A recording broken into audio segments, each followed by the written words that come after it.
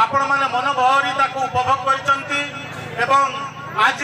ताठारु आहुरी एक सुंदर नाटक मंचस्थ हब अल्प किसी समय पर ताकू भी सुंदर भाव मन भरी आपण माने उपभोग करेंगे ए सन्देह ना।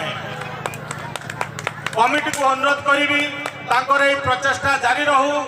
आगामी दिन में यह आहुरी किपरि व्यापक कर गजलक्ष्मी माँ पाखे मुझे प्रार्थना करी से आमको आशीर्वाद करंतु ए संगठन केमिति आहुरी आग को जीव उन्नत रु उन्नततर हम से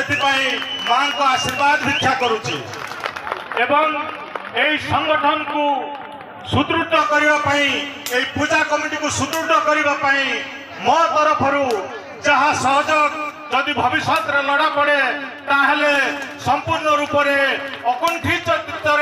मु सहयोग करी बोली मो कमिटी को मोर माने मुक्त कंठरे मु आज यही सभा मध्य कही रखुची। बंधुगण